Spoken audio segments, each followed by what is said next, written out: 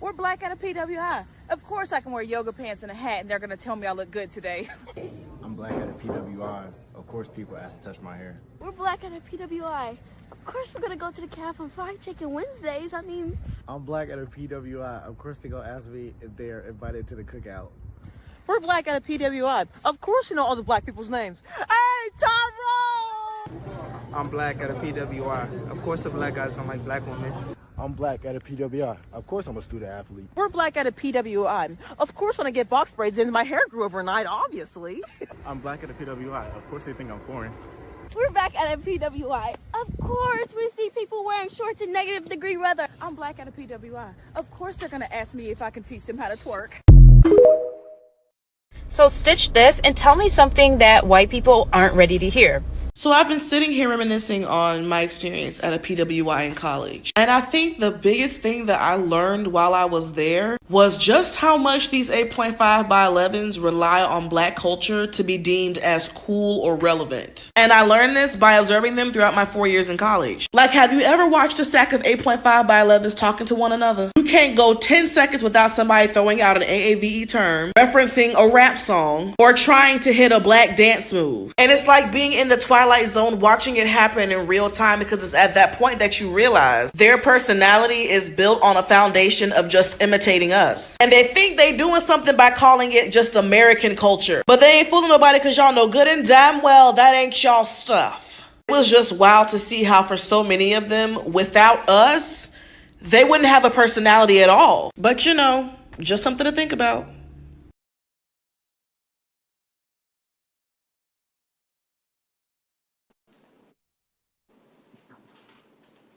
Good evening, good evening, good evening. Thank you for joining us here for Talk About It. I'm sorry. I'm finding it. Listen, I was sitting here laughing, shaking my head. I'm like, This okay, hold on. Wait a minute. Whew, let's get through the introduction. Thank you all for joining us for Talk About It Tuesdays with Taz you never J. get through nothing. Right. And the controversial Like, y'all should hear us on a phone call. It take us 3 hours to get through one topic. right. Because I was about to say this was our planned conversation right here. This was it. But it's so spot on, because I did undergraduate and graduate at a PWI. So I'm at a PWI now for my finish up my master's, but it's virtual, so I don't really feel it. And a lot of I have not gone a single semester in this master's program without a black professor, which has been really, really a blessing. But I have the unique experience of I went to a PWI in high school. I grew up playing tennis competitively, so that's all we had was that kind of thing. And I went to a classical academy in high school. So I grew up in Alpharetta, and if you don't know what Alpharetta is, it's one of the wealthiest suburbs in metro Atlanta area. And it's old money kind of place. Very, very snotty. I remember in high school, my parents were just working hard, and I remember my mom being so excited to upgrade her old car to a Benz, right? Mm-hmm. So she pulls up in her Benz and it's dropping us off, whatever, we're going to school to learn. So a bunch of the little white girls came up to my sister and I and said, "Oh my gosh, we love your mom's new car. What does your dad do? Is he like pep?" "No, baby, he's the CEO of his own business, like your dad."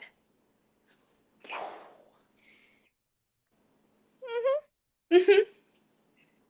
Yeah, because now see, people thought that my high school was predominantly white until we made the newspaper, because there was a white girl who made the cheerleading squad and tried to make it seem as if it was like Dangerous Minds. The high school that I went to is across the street from the University of Cincinnati. Now, I ended up going to the University of Cincinnati myself. That was where I went to graduate school. Undergraduate was at Ohio State. Mm-hmm. Now, my maternal grandfather, was a professor at the University of Cincinnati. At the time that I went, And I had to pull that card out a lot because there were a lot of people like, oh, well, how long have you been in school, like, to get into this college? Because usually people are on a wait list or they have to take some remedial classes. And I'm like, no, I'm a freshman. I got Remedial right in. classes, Because I was remedial like, classes is I diabolical. was like, yeah, because I was like, I got right into my major. Like I understood applying to the college that I did at the University of Cincinnati, which is a university. For those of you that don't know, a university is a collection of colleges. So I got right in, and I knew because people were warning me like, hey, don't be disappointed. It's very hard to get in. You might have to go to, take some courses here before you get into the She program. done pulled the Ella Wood. She said, what? Like it's hard? Right. Because I looked at this woman like, ma'am, I didn't even study for the ACT. I was up till midnight, got up, took the class, and I got a 34. For those of y'all that don't know, the highest you can get on the ACT is a 36. I also got a 34 on the ACT.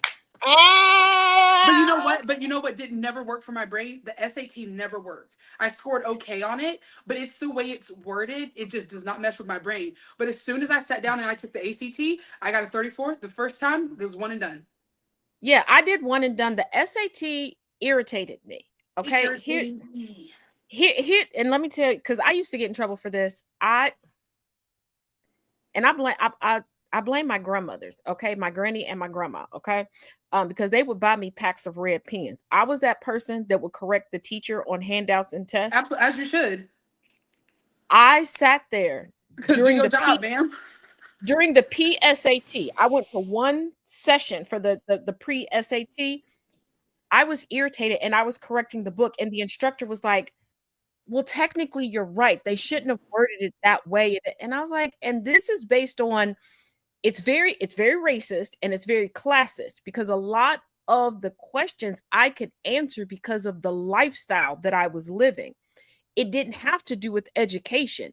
It was if you were exposed to certain things, and even if you were exposed to them, you're like, that's not how we would say it. That's not how that goes. And that's where your brain gets stuck. Because I was looking at certain stuff and I'm like, that's not how that like, why would you word that way? That's not how anybody would say. That's not how that's done.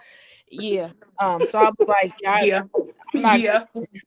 But like with old girl that was like, I can't believe you got right in. I can't believe that you've been on the waiting list and you've been taking remedial classes for 4 years. What's wrong with you? Now I realize now that I'm older and I'm more mature. That was nothing was wrong with you. Response. That was not the proper response. People learn at different levels. Okay, I know that now. But this white lady that looked very much people who learn at different levels, I made the cup of coffee, didn't even turn the pot on. Oh yeah, I did that earlier today. But like, I'm looking at this racist heifer. I was just like, what's wrong with you? Like, I felt like Erica Campbell. Like, what's wrong with you? Like, right? Like, what wrong? Because and you know what? That's a sentiment I often bring up, especially when I'm in debate spaces, and white men tend to get a little too privileged. It's like, wait a minute. You're upset about someone else coming for benefits. You're upset about someone else needing an easier time. Why does that upset you? If mediocrity isn't a true issue, why is someone crossing a border soaking wet, not with a dime in their pocket, not speaking a lick of the language? Why is that such a threat to you? Especially since I know that they're trying to currently scrub the internet and try to scrub people's minds like they're men in black. I remember before we had the internet, before we had social media, and even when we got social media, Tazzy Farms don't forget, okay? I might forget what time a show comes on or what station, but I don't forget history. And a lot of these motherfuckers love to tell us how they mama and papa came over here, couldn't speak English, had $2.50 in their pocket, and they came from all these countries, but they decided to come through Mexico and cross the border, come through Canada and cross the border. But now you mad that other people cross the border. And what really gets me are the ones that proclaim themselves to be Christians. But I do believe that in the Bible, quite a few times that it says that the oppressor are not supposed to become the oppressors. Look. Look, But y'all sitting here, y'all want to pull the ladder up from somebody else, and it's because I'm gonna say something, and like old girls say on TikTok, I'm gonna say it because I ain't scary, and I can't get no whooping. White people don't like other white people, okay? White people don't like other white people. They're testing the waters by trying to get rid of black and brown people, but who they really want to get rid of are the people that they are jealous of within their own community. Just like with McCarthyism, because McCarthyism was no more than I want Becky's house. So I'm going to lie on Becky, and I think that I'm just going to walk into her house, and that's not how the fuck it happened. it's not. You better tell him. You beter tell him. Woodrow's wife don't want you. Becky's husband don't want you. Them kids don't want you in the house, and your credit score says denied. Not denied. Not denied. We got whole networks and TV shows showing us that white folks don't like white folks. and look, after being at a PWI, first of all, white people fighting white people is some scary shit. Scary. It is. Like, scary. We will fight. We'll argue. We might even Jones with each other. We might talk about each other's parents, siblings, how we look, whatever. White people get pissed off and want to kill each other immediately. Immediately. And it's not just like a regular, degular. And that's the thing that is truly, truly wild. If you look at how they've treated each other historically within their own groups, they've always taken each other out. They don't have any connection to each other, which is a symptom of white supremacy. That's what supremacy does. It tricks a collective into thinking that they have to be an individual. And that's why we can't hardly damn bridge the education gap. That's why we can't bridge the gap between racism, because these people think it's only an individual thing. No, baby. It's a collective. You guys just forgot, but your DNA still remembers. Just try. Because I remember the story of the black young lady who was at a PWI, and her roommate was trying to poison her because her roommate didn't want to be her roommate. Now, anybody who's ever lived on campus, now, I didn't live on campus while going there. I did do bridge programs where I lived on campus, and that's when I realized campus life is not for me. It was overstimulating for me, and I was like, I'm going to put me on campus somewhere any day of the week. Yeah, I realized I would fail because it was overstimulating for me. And I am someone, being the only girl in my family, I was used to having my own space, my own stuff, not having to share. And at that time, I was not mature enough to be able to share a small space. But even in that bridge and I don't program, think I was either, and I'm also spoiled. So my school, me too. My school had really, really nice doors. I mean, they looked like brand new apartments. I went to Armstrong Atlantic State University my first year. And that's how you know I'm old, because Armstrong is now not even Armstrong, it's Georgia Southern Armstrong campus. And before that, it was Armstrong State University. And then before that was Armstrong Atlantic State. I went way back in the day when it was Armstrong Atlantic. But see, like we had the big... Yeah, because we even had like the big suites, and then I qualified. Yes, and that's how that's exactly how it was. They had just built, what was it called? Windward Commons. It was brand new. It was the first year they had opened those new dorms, and they were gorgeous. So they had private and semi-private. So private was just a wall in between the two sides of the bed, like the room. But I told my mom absolutely not. So they got me a private. Yeah, see, like I couldn't do it. But like that bridge program. No. I realized I couldn't do it. And throughout high school, I was also in a program where each summer I went to Ohio State. We stayed on campus. We took classes and everything else. My anxiety could not handle it. And then the dynamics of like the dorm politics, I was like, I'm not trying to fight dorm politics, intern politics, and school politics. But one thing that I did learn, you ain't got to kill your roommate. You can just go to the head of the dorm and say, hey, I need to be moved. And somebody else wants to be moved too. And y'all can swap. Like, you ain't got to poison it. Like, why you all always got to go to the extremes? Just like there was one chick that was giving me the blues my freshman year. And I had to take, because it's no longer at a lot of colleges and universities right now. There are a few that still offer it, but my original major was pre-law. Yes, that was a thing. And then I moved to business. I was pre-law too when I first started. Yeah, because I I realized that to get to the type of law I wanted to practice, I would have to do some things that I could not reconcile with morally or ethically for me in order to pay my bills.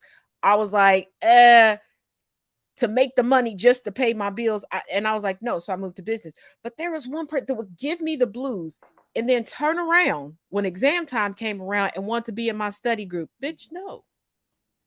I'm a kind person. You know I'm a kind person. I pretty much get along with everybody. If I tell somebody I don't get along with somebody, y'all already know.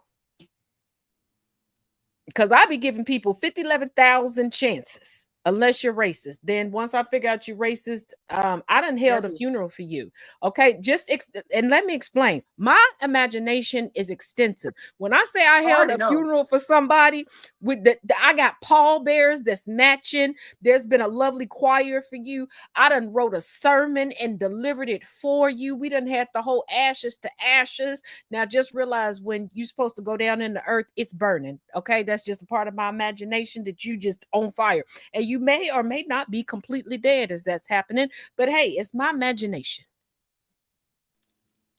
So yeah, I'm just like, learning how to navigate the world as an adult. That's where I learned it at a PWI, because even in high school, I was like, okay, I think I got this mastered. I think I can navigate. I got oh hell no. I was like, oh, this is a whole new brand of white folks. What the fuck is wrong with these bitches? And the worst of the worst were the ones that you knew didn't earn their spot in college. Correct.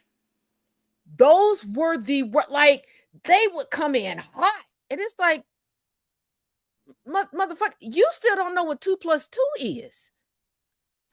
And you got some shit to say. You sitting here questioning me? Like somebody asked me, like, well, how long did it take for you to get your GED? Bitch, I heard you trying to sound out the title of the textbook we're using in here, and we're in world history. I think you need to sit down and shut the fuck up. I really do. I really do. I really do. But these are the same ones that are now out here trying to get a job with ICE, talking about they're jealous of their classmates. I bet you are. Your 0.98 GPA averaging motherfucker. Because the most racist at the PWIs are not the smartest. Oh, no racist. No racist is ever the smartest. That's like racism in itself, bigotry in and of itself just doesn't make any sense. Because I'm like, you putting all this energy into trying to come after me. You need Hooked on Phonics. Maybe you should have that in rotation. That should be on your Spotify. You know what? Hooked on Phonics. You can take this idea from this show. Get on Spotify and Apple Music, okay? Let people put you on their cartoon to explain white supremacy. They broke it down cartoon style. It's hilarious. But people need to be able to put it on their playlist and just have it on repeat. Okay, it just also Miss Rachel type shit. Yes, and Schoolhouse Rock. I don't know if you still out there. Come back. We need you, and we need the after school specials. You know, the after school special. We'll be right back. We need them, okay? Because these motherfuckers are stupid. As hell. Because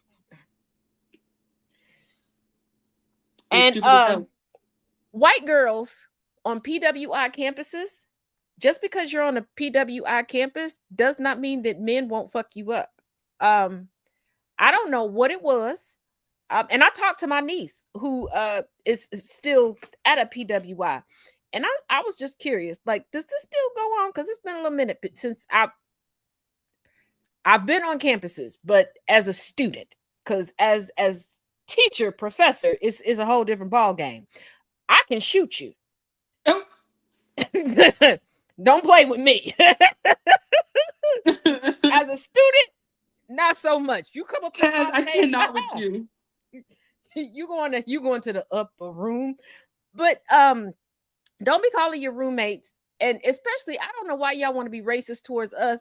Then go out and you want to find the most secluded place to have a walk, to be one with nature and have a run, and then you want to call Black girls to come save you. Girl, we ain't both dying together. That's how they always We do are not. us. We are not dying together. Okay, we are not. I will gladly do the TV interview and tell them how much of a cunt you were, but other than that, I don't know what to tell you. Because I'm not gonna lie and be like, she lit up a room. No, we hated her. She was racist as shit. I understand why the mountain lion took her out, and then John Doe came and took her head and put it on his mantelpiece. I get it. I'm not saying it's right, but I get it. All I'm saying, if you racist around me and something happens, tell your family and friends, don't contact me, because I'm telling the truth about you all up on the news. I am. I'm not saying that I condone your murder, but I'm not shedding no tear about it. You was PWI, predominantly white institution focus. Yes. That's what PWI stands for. That is what a PWI is. And I know sometimes it's hard to understand me because English is not my first language, so my apologies. That's why I don't say certain words, because certain words, when I say it, can sound like slurs to other communities. Like the thing that you make and you put a string on and the wind blows it. When I say it, no matter how slowly or how much I try to emphasize the letters, it sounds like a slur towards the Jewish community. So I don't say it. Just like there is a rapper. I like the way you do it right there. I cannot say his name because when I say it, it sounds like a slur towards the Chinese and Asian community. So I don't, because I realize there's still things that I struggle with as not starting off life speaking English.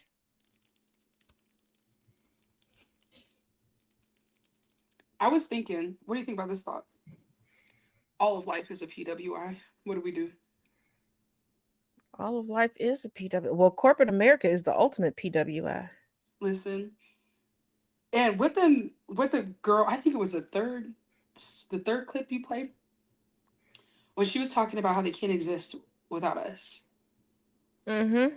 And it brought me back to when I was in high school, like 2008 to 2012. So, Obama era. That's when I was in high school. And a PWI. Cosmic fucking joke. Cosmic joke. I was there during Clinton, so. Oh no. That was, I would say that was fun. It was weird. Yeah, but my high school principal was doing the same shit that Clinton was doing. If you know, you know. It was scandalous. It was entertaining, but it was he did make an honest woman out of her. It felt like my sister and I had this kind of like mirror on us. Like everybody was staring and the reflection was back at us, because it was like they were expecting to find Obama and the two little black girls around. It was so odd that like him being on a main stage made them finally perceive us as like actual capable humans, and instantly we became a threat. Mm-hmm. Yeah. And here's the thing, before we knew about Obama, at my high school, we had a joke. Every year that I was in high school, I had a different principal. One year, our principal, and this is when I coined the phrase Coontastic Coalition member. Oh my gosh. For anybody in the Cincinnati, Ohio area, or in the state of Ohio, you know about Ken Blackwell. That Republican, self-hating piece of shit. Well, his wife was my principal for 1 year. I did not know what this heifer looked like until she was on the news, helping her husband campaign, because she was never in the building. Minus one incident, and we can talk about that in probably 3 months when the statute of limitations you froze, I can tell y'all. Okay. You back? Are we back? Okay. We can talk about that story in about 3 months when the statute of limitations runs out, and I can tell y'all about a funny story that we got our get back on her. But anywho, Not your lit back. her being a Black conservative woman Okay. made things very, very uncomfortable in a school where we had a Black student union. We had an organization called Black Tribe that I helped establish because we wanted to ensure that Black history was taught. And even if we didn't get credits for it, we wanted that. And at another school, at that same time, I helped establish a Black history library that one teacher kept and people could come and check books out of, which got me in trouble with my mama because I donated some books from the library my mama had created for me. But having a Black woman conservative principal, this woman did not think about the little Black girls, especially that were in that school that she was the principal of. And because her husband was a high profile politician and she was starting to like dabble into politics, the spotlight was really on. So if anybody found out at that time that you went to that school, at least for me, the questions that you got and people expecting you to be a certain way and acting like they were disappointed because you weren't doing the conservative thing at that point. And I'm like, I don't give a fuck about this internalized racist having bitch. I don't give a fuck. But it really, and how the district started to look at us that year was disheartening because we were trying to get a mural up of notable people from our school. Some of them Black, some of them Native, some of them Asian, 2 years after I graduated. Right. 2 years after I graduated, we finally got the mural because that stench was still over us. People think that what they do won't affect other people, but it does. As my daddy says, we don't live to ourselves and we don't die to ourselves, meaning you don't know what you do in life that's going to touch or influence people or spew how they look at folks. Because even for people who are not racist, who are on their deconstructing journey, people who realize that they have been indoctrinated and they're trying to roll that back, there's always somebody that you're like, oh, you remind me of this person. You look at this person and you subconsciously start attaching those people. And it's those attachments you have to be weary of. I'm not saying don't be yourself, but realize the position that you're in and what you do can affect other people. 100%. And it really became obvious for me stepping onto that campus, that PWI campus, that all of a sudden all eyes are on me, how I walk, how I talk, how I dress, the grades that I get. All of these things meant that, yeah, you can piss me off, but if I go the fuck off on you how I want to, that could be a hindrance to the next one coming behind me. Whether it's 5 minutes, 5 days, 5 months, or 5 years. And that is the shame. That's the pity. That's the cross that we have to bear. Because a white person can cuss out a cop, go in, defraud a company. Because I know y'all like, oh, that's a Karen. That's fraud. Okay? Call it what it is. Karens and Richards are out here defrauding companies. And it's okay. The next white person can walk in and nobody does anything. Nobody says anything. It ain't that big of a deal. But when we're already the minority in this country, not globally, but when that minority is cut in half, the spotlight is even bigger and we get made into an even bigger monolith. And it's not fair. It is not fair to ask us to persevere through the regular stress and trials and tribulations of college on top of being instantly thrown into the spokespersons for our race and as Black women plus our gender. And white women, I don't know, lack of autonomy. Yes. Yeah, and white women, I don't think y'all realize that you other Black women. It's like you see women and then black women, Black as if women. we're this mysterious species that's just floating around in space. Mm-hmm. They assume they're the default. From going to these PWIs, I had white girl friends, and I'll never forget one night I went out to the bar, and I didn't feel like going. I had already gotten into bed, and they just popped up at my house, and I threw on a hoodie and some jeans and some Converse, went out the door. I got the most attention, and they were angry.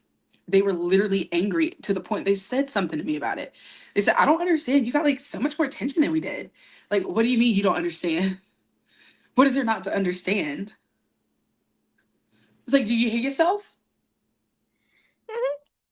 Because to them, they're the standard of it. Just like if you notice, Like they were so offended that their overcake faced, too chalky powdered faces were not good enough, but my plain face, plain hair, no makeup, dark skin. God forbid a man finds that attractive. and I can't think of the creator's name on TikTok, and please forgive me. But he recently said, now I don't watch the show. I know a little bit about the show from clips, and you and I have discussed this. Me and reality TV. Yeah. I should not watch reality TV because my perception of what should go on is never what goes on. But there's a woman evidently on a show. I don't know the name of the show. All I keep hearing is her name. And he took a stance, and I watched Dwight Thomas. That's his name. He took a stance, and he pointed out, and I'd seen from other clips, and I believe that what's true, that this woman utilizes white woman tears anytime she's talking to a black person, especially a darker skinned black woman. And her fans are going berserk, and they're like, oh, well, she doesn't know what her fans are doing. She doesn't have phones. And then I saw another creator point out that somebody else got booted from this show because of racist remarks, and their friends and family knew in some way, somehow were able to contact them because they immediately gave an apology. And he took a stand and said, hey, when this is over, if this woman gets these endorsement deals, I'm going to make it my business to contact them and show them what she's done, what she's put out in the universe, and the attacks that she has waged on black women. And the amount of people, and y'all know the people I'm talking about, well, that's wrong, that's weird, he doesn't have a job, oh, I don't like men in women's business. Why is it okay for everybody else to be defended and protected, but not black women, and especially darker skinned black women? Why do y'all feel that it's so bad? Because when anytime somebody goes, oh, I love black women, well, what about these women? What about that? And their defense for this woman is, oh, he's attacking a Palestinian woman. Y'all need to learn the difference between race, ethnicity, and nationality, because you can be a certain ethnicity and a certain nationality and still be white. Yep. And black people, I've said it before, I'm gonna say it again. Black people I know exactly are the American Express of races. We're everywhere y'all want to be. There is no community on this planet that we are not a part of. And I think that is starting to become a realization, and that is part of the reason for all this hubbub that you see right now. Because we know that we're in a bubble here in America, but white people genuinely do not realize that they are a global minority. They don't know. As I call it, the United States is the Truman Show. It is. When you think about it, the United States is the Truman Show. On top, now we'll expand upon my other theory regarding the two movies probably next week or something. Idiocracy versus Wall-E. You know the conversation. Yes.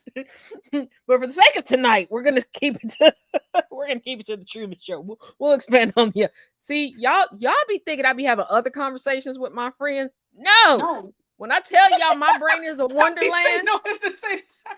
And that's what I laugh when people be in my comments on Instagram and TikTok. Oh yeah, you're just saying this online. Oh baby, we do this in the real space. Right. And when I say my brain is a wonderland, all of my friends will continue. Yeah, it is. It is. Like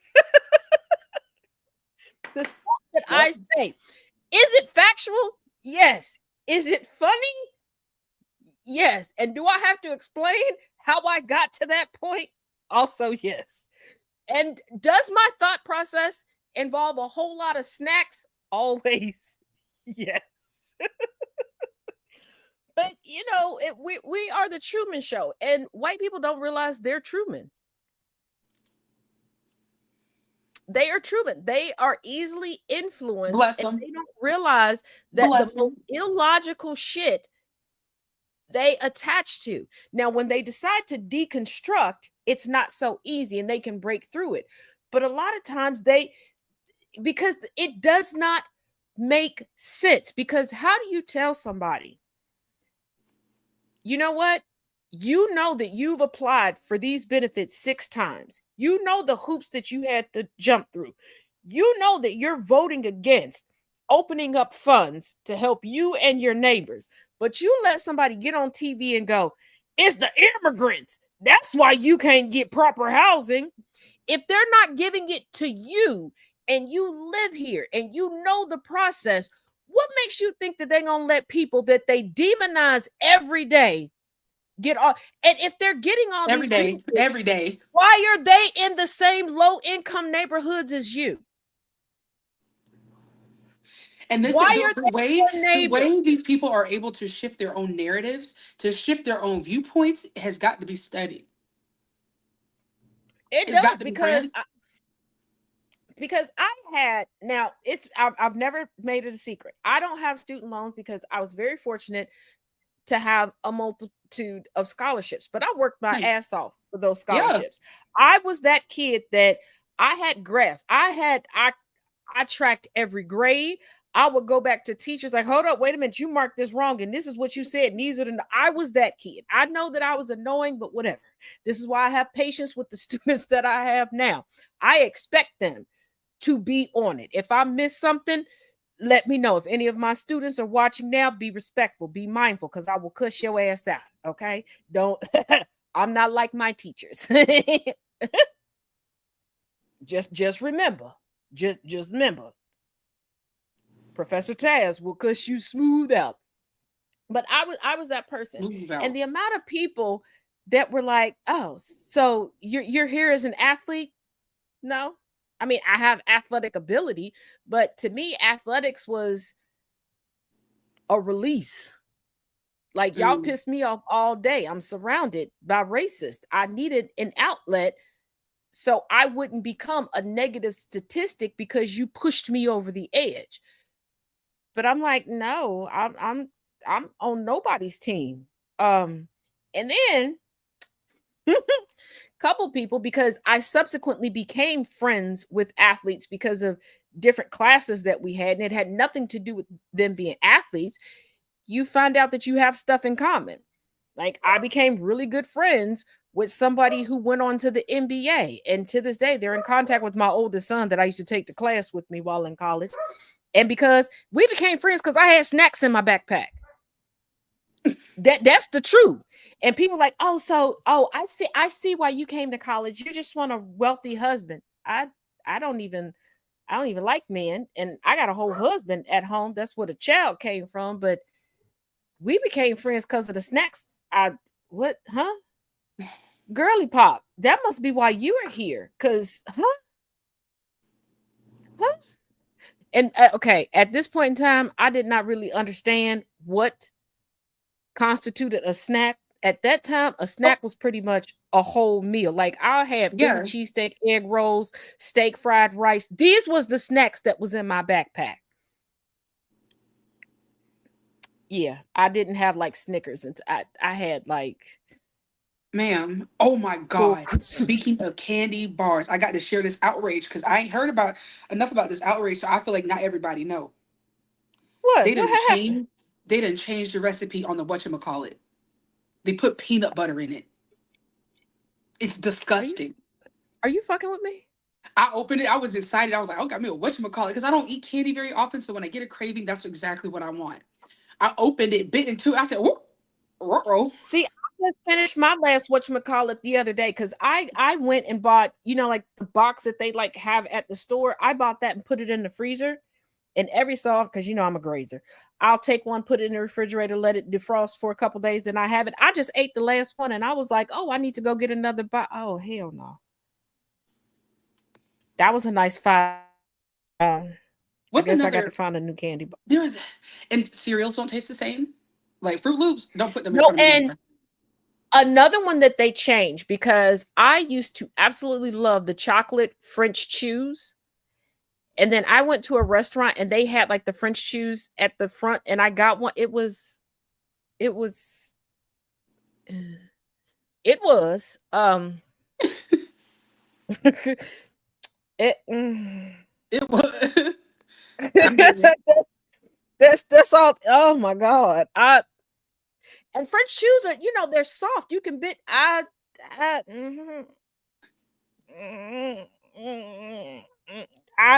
should have put it in the pothole that was outside that restaurant. I'm pretty sure it would have expanded with a little rain and filled it in. But no, the cereals are not the same. First of all, I need these newer generations to understand, okay, the razor blades at the top of your mouth when you eat Captain Crunch. I had a bowl of Captain Crunch the other day. Ooh, I haven't had Captain Crunch in a minute.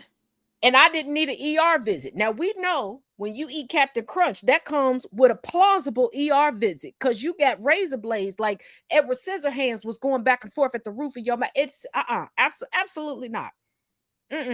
No. And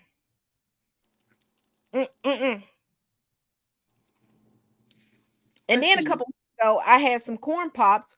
Why corn pops? Like the yellow ones? Soggy all of a sudden. Yeah. You said salty? Soggy. They got soggy quick. 3 seconds. Always get soggy. No, if you're okay, I know that I'm a slow eater. So I know that like by the time I get to the bottom, they're gonna be no. I'm talking like first spoonful. And I don't even eat That's regular weird. milk. I'm using almond milk. How the fuck you? I don't do regular milk either. I don't do regular milk either. No, and I think all of us that truly live start to finish through the Obama administration, I think the first Trump administration did something to our systems that we just can't break down shit anymore. we can't have too much this regular. No damn more. Oh, newsflash. Anybody in the NYC area, if you're going to a bodega, it has been confirmed that they are now using egg substitute. Let me repeat, they are using egg substitute for your bacon, egg, and cheese. Like just egg? Yep. It's for your bacon, egg, and cheese. So I'm telling you ahead of time. Isn't it cheaper just to buy the eggs? Because egg substitute is so expensive. And like in the carton, like in the like milk carton shape thing. So I guess eggs in New York they were selling eggs singularly like they were cigarettes. So I'm just telling y'all now, if y'all see an uptick in bodega violence, it's because of that. Because I'm gonna tell you, there's a couple things New Yorkers don't play with, and at the top of the list is the bacon, egg, and cheese. Right underneath that is J-Lo still talking about the fucking Bronx.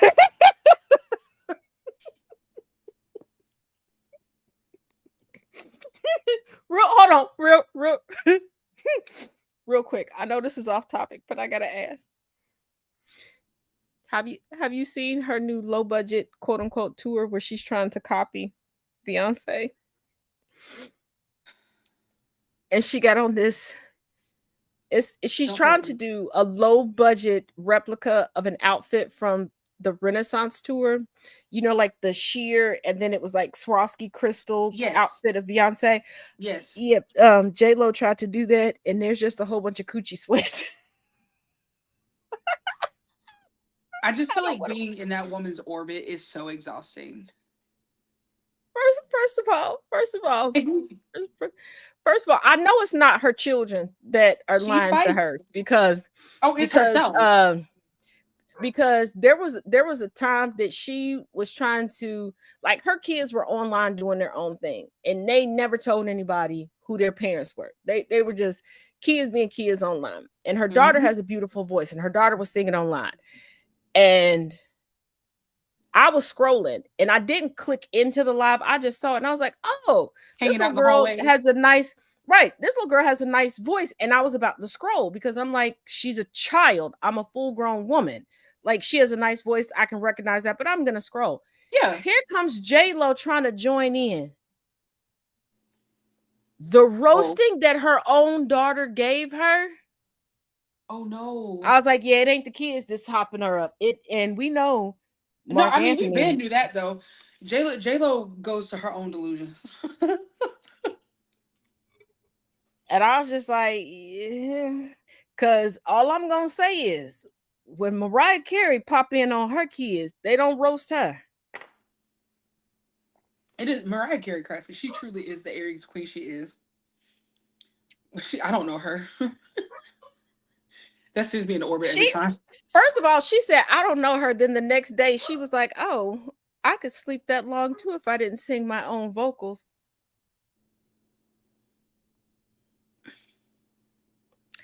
But here's the thing. I'm gonna let y'all do something. Here's the thing. I'm gonna let y'all in on a little nugget of information because I'm Mary Hart on Entertainment Tonight years old. When the movie Selena came out, there was an interview between J-Lo and Mary Hart. Mary Hart asked J-Lo, do you think that you'll ever have a singing career? J-Lo said, oh, I can't sing. I would never do that.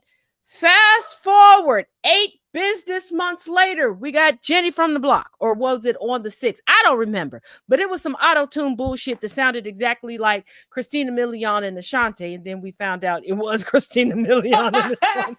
I was like, it is. Because I remember talking to my mother, may she continue to rest in paradise.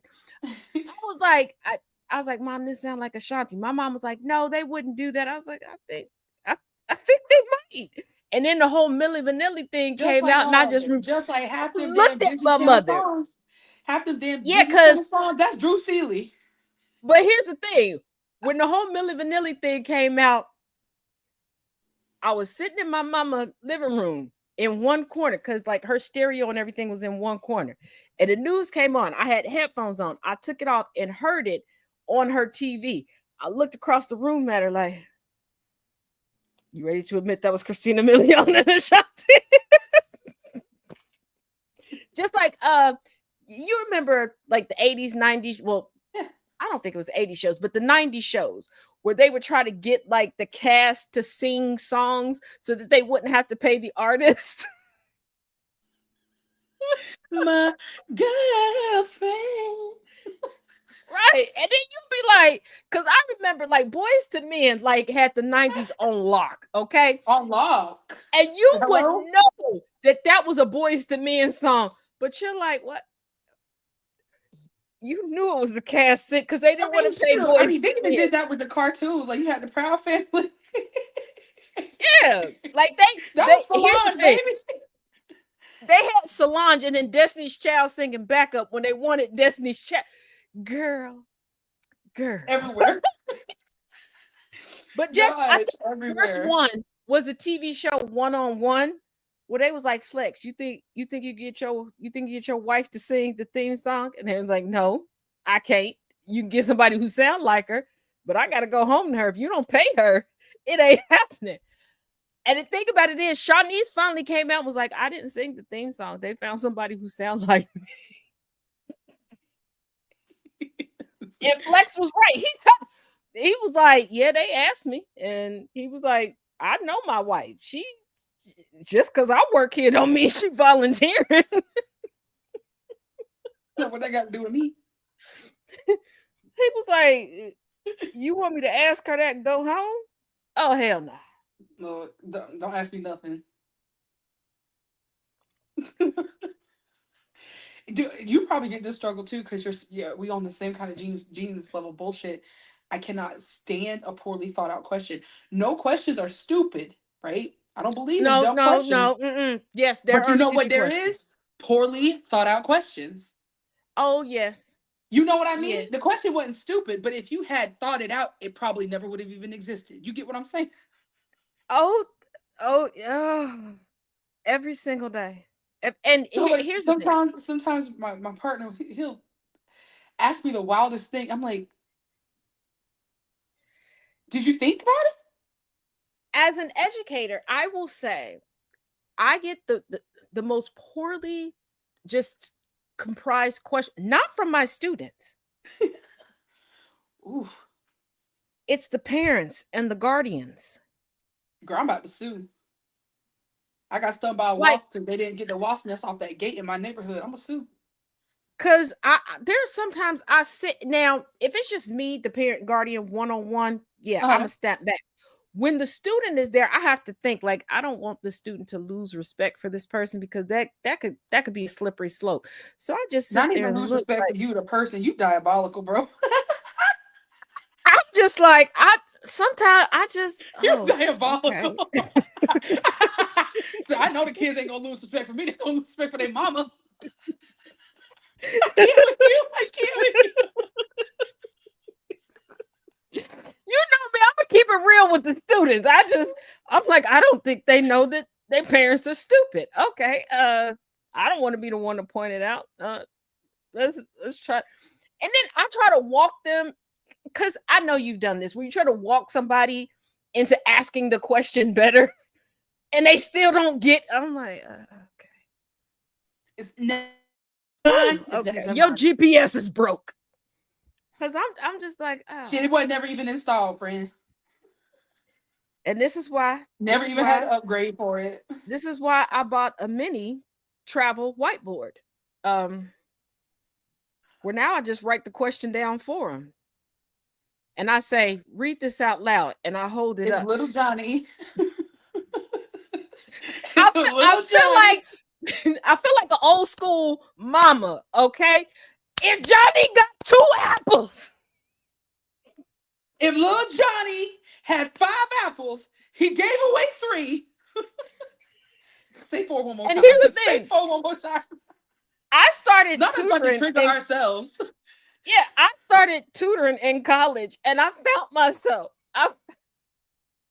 There was one girl. Now, I had work study. I did not have a choice but to tutor her. She was racist as shit. I got so frustrated that I just started equating everything to the Klan. Oh, listen. I know people be tired of me because I really am that black person. I look at everything, white supremacy, white supremacy, white supremacy. Oh, people got mad at me because of my breakdown of the show Coco Melon. And they're like, my kid loves Coco Melon. Oh, you're raising a little racist. No, I'm not. Yes, you are. Every song they strategically pick is rooted in racism. Can we bring like, back no, the it's not. Backyardigans? Because they was black. Okay. I love the Blackyardigans. And I know I was a full-grown adult when the Blackyardigans. And here's the thing, I call them Blackyardigans. What was the song? It was the pirate ship one. Oh yeah, but here's the thing, I was, and quiet as kept. Bring back Bobby's World and Lil Bill. Bobby's World and Lil Bill. I love watching Lil Bill. Oh my god, Lil Bill was my dude. Lil Bill was, and quiet as, and my daddy. He won't admit it, but my daddy loved Lil Bill too, because he ain't missed a My daddy loved Lil Bill episode. too, but we already established our daddies might be the same person. Yeah, they might be. They definitely can't. Them one of the twin powers can't activate because Lord, they first of all, for those of y'all watching, if our fathers got together, they would like fist bump. A black hole would come over the earth. They would have like some extravagant and the whole feast. earth would become Wakanda. Right, and they would be impeccably dressed. Like they are the supreme rulers of Wakanda. So listen, my dad, he only does wooden hangers. He only wears Cole Haan leather shoes. That's it.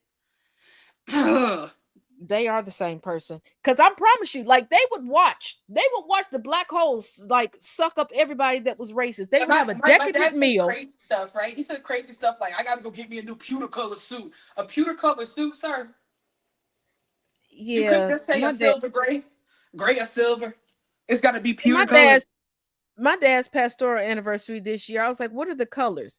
He literally looked at me Pewter, and Pewter and A Crew.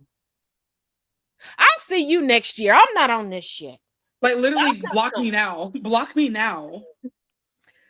Just block me. I'm telling you, because you know them. They would have like the medium well steak, blue cheese crumbles, some type of extravagant drink that they came up with, the two of them, like truffle mac and cheese, just sitting back going, I told them this was going to happen.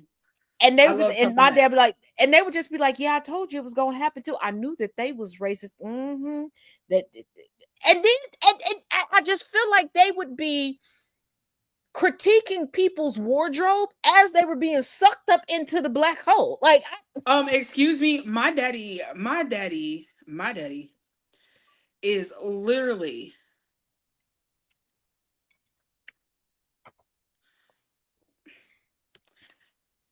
I got so distracted. What was the last thing? Because something just popped up. That's crazy. You know how you manifest something in your head and then it happens in real time? Yes. And every time we get on the phone, that happens. Like, how many times do we have to call each other back? Because we sit there talking about stuff. Oh, wait a minute. Oh, they called. Hold on, let me call you back. Well, something that happened. And look, and I said that they would be critiquing outfits. Manifestation, though. Yeah, but I was saying that they would be critiquing people's outfits as they were getting sucked into the black hole. And you know they would. That my dad he will roast the hell out of. He's so crooked with his compliments. Like, I'll be walking by him. I like them shoes. I don't know what you got on your face though. I like that jacket. I don't know what you got in your hand though. I don't know what that purse doing. Okay. Yeah, my daddy told me that, you look cute, but you need to put some lotion on your elbows. My dad is so rude. Oh, like, hey, there was one time, and I tell him you need to call him Lemon. Yeah, there was one time at Sunday school, my dad walked up and he was like, psst, psst, come here. I was like, what? How tired are you? Motherfucker, get away. You know, I'm going back home. They rude. What you mean? I'm going back home. I'm tired enough to go home. And then another time he was like, you know what? That's a really nice jacket. I didn't know you were lifting weights. You getting a little swollen in the jacket. I'm going back home. I'm going back home. Fuck you. I didn't say nothing when you. Yeah, because I looked at him like I didn't say shit to you when you was going through your big Luther phase. You know what? I'm going home. I'm going home expeditiously. And I didn't drive that time. And he was like, how you getting home? Your car service, sir. I know the code to your phone. I ordered it from your phone. You want to be petty, you paying for it. But we're wrapping up our hour. Final thoughts on the night? Final thoughts on the night. How do I succinct it? I do have lots of thoughts.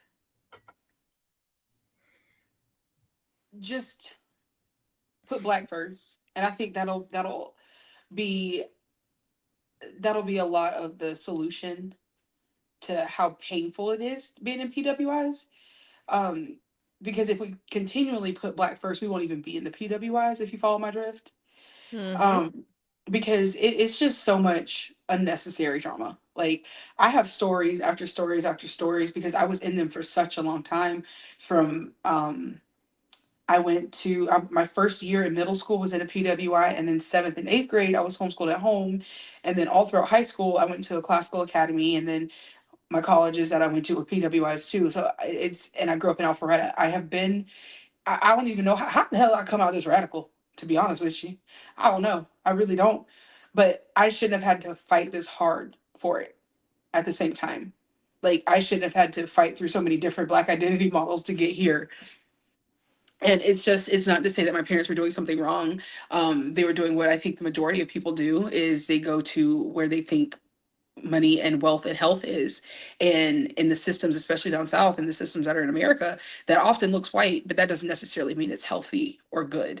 And I think if we continue to try to reframe, put Black first, and that white spaces don't necessarily mean the best spaces.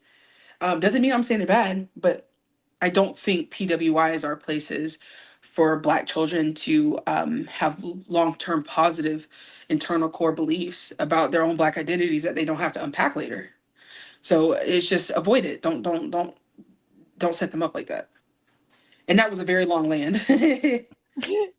Oh, trust me, I completely agree. Here's the thing. I know that assimilation has been pushed in this country, but I think you all need to realize, and we need to begin malicious compliance.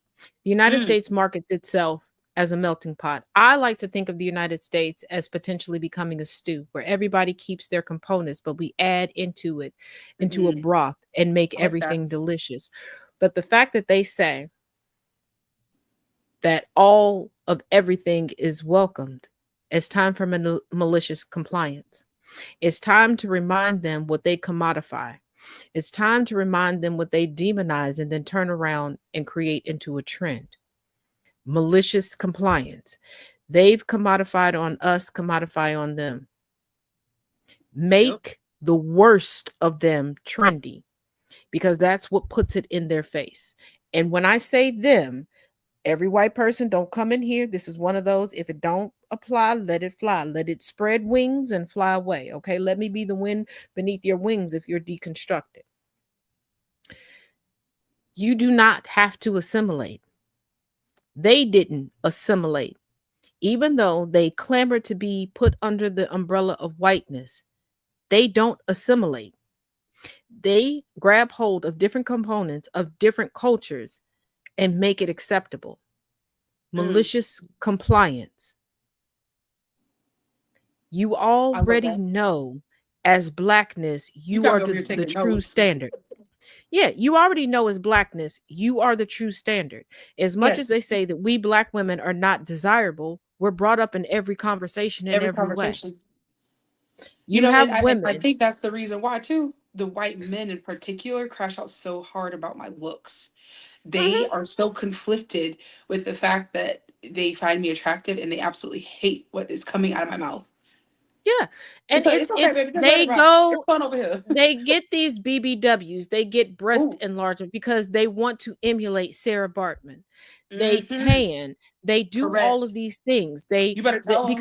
Because think about it, a perm for a white woman is putting texture into your hair. And then they want to join the conversation of the natural hair movement because they have a curl pattern that's unnatural. Everything that they do, they're emulating us while trying to tell us that they are the standard. Last time I checked, a standard doesn't copy. When you think musically and somebody says, hey, I'm going to a show and everybody's singing standards, they don't bring up other genres. And also remember, they try to emulate our rhythm and they get it wrong because they don't know the beats of our heart and the beats of our connectivity. They cannot sustain our blues. And they don't understand that it's our blues that give us our rhythm. And with that, we have concluded another. It's our blues, like that exactly, and that's shit. Let me get my book. You see this on my epigenetic book real quick. So you know, I be teaching myself DNA methylation. See, they don't even know about this nerd stuff now. So they don't. I was hypothesizing and thinking-thizing on not thinking-thizing. See. What y'all are getting is really how our conversations go on the phone. So we take 2 hours to determine what we're going to talk about, then another 3 hours to talk about it. And then in between that, other people done called in because we done manifested some stuff that we should not have. Literally. But one of the things when you think about the crash outs, and especially how often you see on these panels lately in these TikTok streets, one of the things I was thinking about in terms of how epigenetic effects would look like for white people, fragile coping mechanisms, because without resilience built through struggle, there is an underdevelopment of adaptive stress systems, which is genetic, making some white individuals more vulnerable to breakdowns when facing social upheaval or loss of status. And again, look at the rates, look at the unaliving rates of white men who lose jobs, CEOs. Yeah. You can call me crazy. People love to call me crazy about my epigenetic studies, but keep on listening. I'm gonna tell you something. I'm learning something. I'm telling you. I'm gonna say something, and I want y'all to take this in and think about it. Don't have a knee-jerk reaction. White people don't have emotional regulation until they deconstruct because they've never been able to do it. Children are forced to live the childhood that their parents wanted, and their parents live through their children in their childhood. So you have a perpetual cycle of no one raising anyone since Black people were removed from their households. You have people housing one another. And this is why they vote against the best interest of everybody else, because they don't want people to have what they know that no matter what the legislation is, they will never have it. Gotta preach. And before y'all, like I said, before y'all have some knee-jerk reactions, I want you all to think, and I want you to think hard. Because white people are the only ones that consistently lie to people about their relatives. They will tell a child that their mother is their sister for the sake of moral superiority. They would rather look great to everybody else in the world instead of being great to the people that they are genetically linked to. Period. And once again, these are the people that are not deconstructing, because I acknowledge, I recognize, and I appreciate the work and the changes of those that are deconstructing. And I know that it's hard, and I know that you have to then form and create and build a whole new family outside of your genetics. Mm-hmm. But as always, thank you all for joining us here for Talk About It Tuesday. Next topic, epigenetics. Yeah, hold on. Let me write that down. Wait a minute. Where's my? Oh, you ain't got you, child. I got a whole notebook. Well, I got mine too, but you know, if you wait a minute. Wait, hold on. What is today? Okay, today's okay. What is today? It's the 15th, okay? Yeah, it's the 15th, so I had to put it onto at the okay. All right. So y'all heard it here. That would be our next topic, because we got to write it down, because we'll get on the phone and have 5011 yeah, we really will. What we need to honestly do is just sit down and do a share screen on a Teams or Zoom meeting and do a calendar plan out. We said we was gonna do that this week. We did.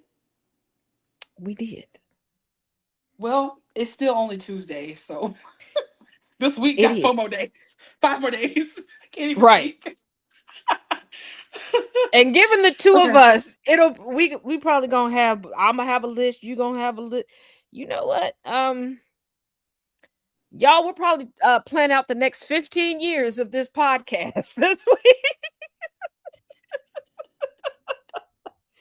Oh, and look for some collab TikTok lives between us, because I'm pretty sure we're gonna do like some recipes and give y'all some history and some other stuff on live. We should just spring that. We should just spring that, soft launch that like one night next week. Make some red beans and rice or something. Some easy but like significant. Yes, as long as I don't go into labor, we should be able to do that. Are you pregnant? Yeah. You're lying. Ah! Where'd the camera go? I had no idea you were pregnant. Yeah. See, you know what? You don't be telling people stuff. You the type to just drop a baby on people. Well, I mean, I thought everybody knew. My bad. Yeah. Ooh. Yeah. You could be like my sister. So if you look at my sister's page on TikTok, she went big viral, right? Like 13 million. You know why? The rare thing happened. Her water broke and her Ring camera caught it on her front porch. And she's sitting there. She's like, my mom was there. She looked down. They look up. They look down. They look up. And my mom goes, "We gotta go to the hospital." Yeah. See, so on the Villains View that I'm on every Sunday, my 3 co-hosts, all men, they're like, they think that it's gonna happen on the show, because I like this past Sunday, I was laughing so hard. I was like, you know what? I got to step away because I'm like, if y'all laugh me into this, absolutely not. But yeah. I love it. I'm so Yeah, excited. as always. No, I'm so excited. to see the baby. I love yeah. babies. Yeah, It's that's not why I for me. told you, like, my emotions were like all over the place. That's why I was crying over remotes earlier today. Bless your heart. And then I cried because I ate my chips. Girl, Keep that in sounds mind, like a regular day for me. I really can't have no kids. No, I ate the chips yesterday. Like, I knew they were eaten. No, I go through those phases all the time. Like, man, I got up forgetting that I ate all my Indian food. The way I reacted was childish. I ain't gonna lie. You just reminded me I got some good Indian food in the refrigerator. Okay, You y'all, better go thank get y'all it. for Bye. joining us. We'll yeah. Bye. Good night.